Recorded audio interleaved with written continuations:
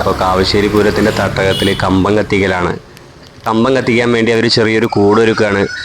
അപ്പോൾ കാവശ്ശേരിൻ്റെ എല്ലാ തട്ടകത്തിലും ഇങ്ങനെ ഒരു കൂടൊരുക്കും കേട്ടോ. അപ്പോൾ വൈകുന്നേരങ്ങളിലാണ് ഇത് കത്തിക്കുക. അപ്പോൾ നാട്ടിലുള്ള എല്ലാ ആൾക്കാരും ഇപ്പോൾ ഇവിടെ ഒത്തുകൂടി ഇങ്ങനെ കമ്പം കത്തിക്കും കേട്ടോ. അപ്പോൾ അതൊരു കൂട്ടായ്മയുടെ ഒരു പ്രതീകം കൂടിയാണ് നമ്മുടെ കമ്പം കത്തിക്കൽ. പന്തലിൻ്റെ പണി ഏകദേശം കഴിയാറായിട്ടോ. അപ്പോൾ പൂരം ദിവസം ഇവിടെയൊക്കെ ഫുൾ ആൾക്കാരായിരിക്കും. അപ്പോൾ ഈ പാടത്ത് വെച്ചിട്ടാണ് രാത്രിയിലുള്ള വെടിക്കെട്ടെല്ലാം നടക്കുന്നത്. ഈ പാടത്ത് വെച്ചിട്ടാണ്.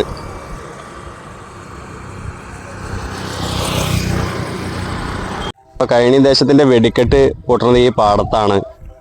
അപ്പോൾ പാടമൊക്കെ നിരത്തിയിട്ടുണ്ട്. അതിനുള്ള ഒരുക്കങ്ങളൊക്കെ തുടങ്ങിക്കഴിഞ്ഞു. അപ്പോൾ സാമ്പിൾ വെടിക്കെട്ടും ഇവിടെയുണ്ട്. ബാരിക്കേഡൊക്കെ വെച്ച് കഴിഞ്ഞു.